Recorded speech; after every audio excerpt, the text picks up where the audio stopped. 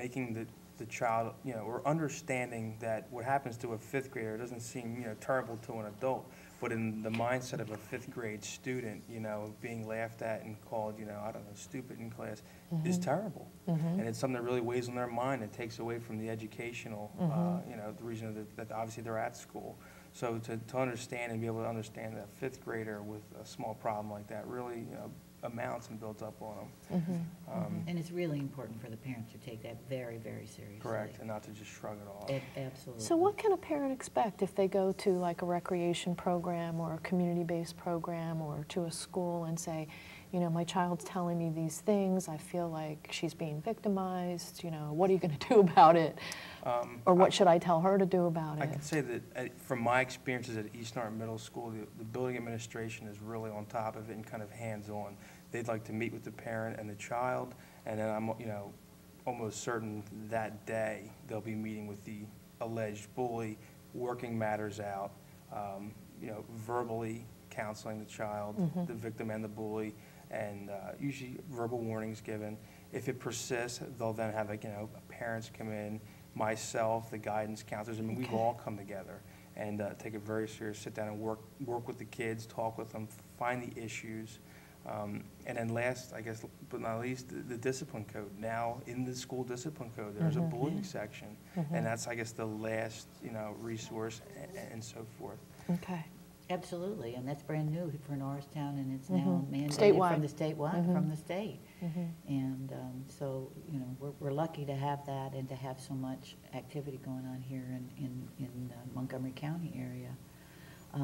I think that one of the things that we have to do is really educate parents.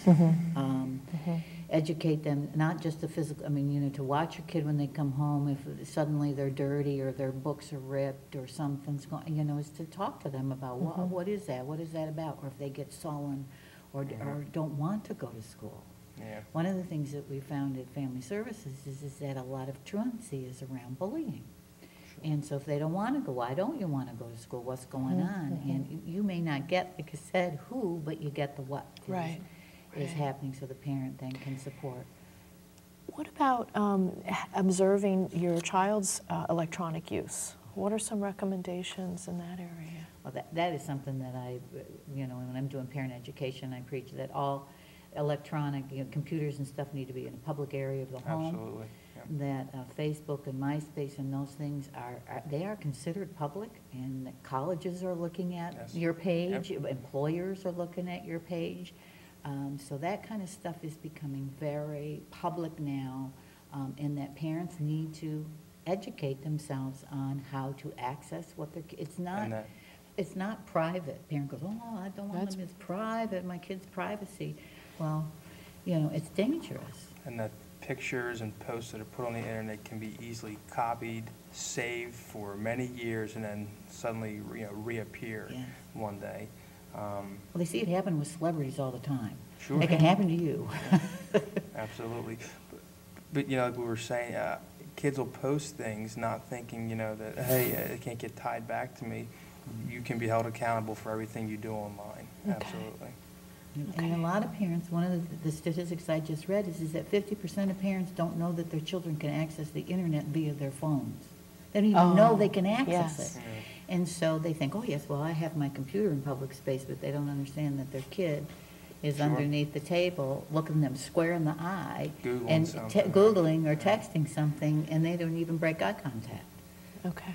So they need to be paying attention both to what kinds of messages their children are receiving and what kinds they're sending. Absolutely. Yeah, I would say that if I were a parent and my child had a MySpace or Facebook account, I would want the password. There shouldn't be anything on there that they should be embarrassed to let you go on and read and review and look over. And I know that at East Norristown, some of the parents will set up accounts with the children. At the same time, they have access, and the parents are friends with the children, so that the parents can view the page and who's writing things and things like that. Very good. Those are good recommendations. What other kinds of I know in Norristown we have this idea of No Place for Hate is a prevention kind of program that makes people aware of violence and to stop violence and to get to know each other and really respect each other. What other kinds of activities or programs are going on that help, decrease bullying?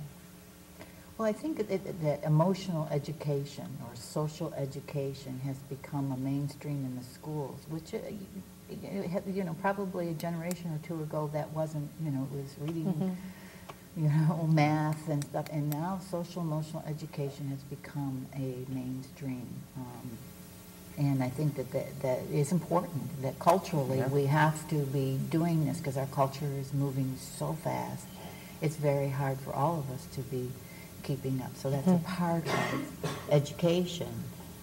I guess I'd also, at East Nart, I'm part of the CSAP team, and through that... Comprehensive Student Assistance Program. Okay, correct, very good. Great. And we also do some interventions with, bullies, we'll just, because that's what we're talking about today. Right. But interventions with the bully, like we also talked about working with the victim to try and help that, So there's some community-based programs we can refer families to. Right.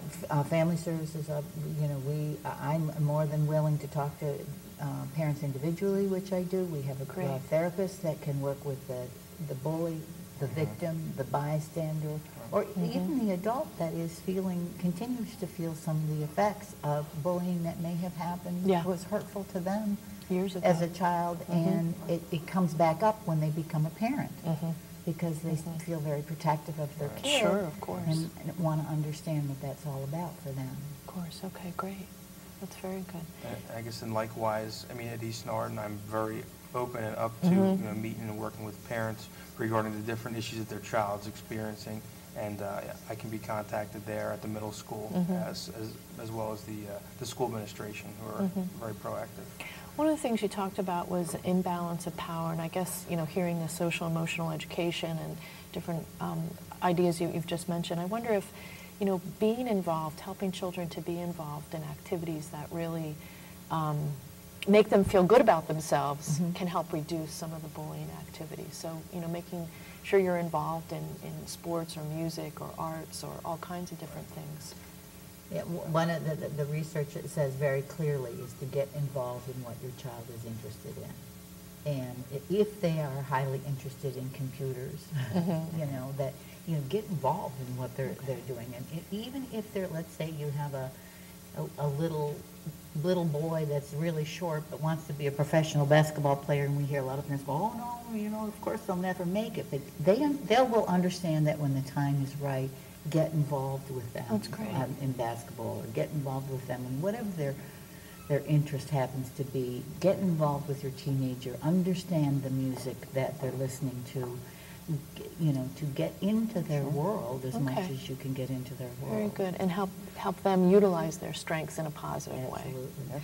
I think we have to conclude. This has been a really interesting conversation, but we're going to wrap up for now. Okay. Thank you.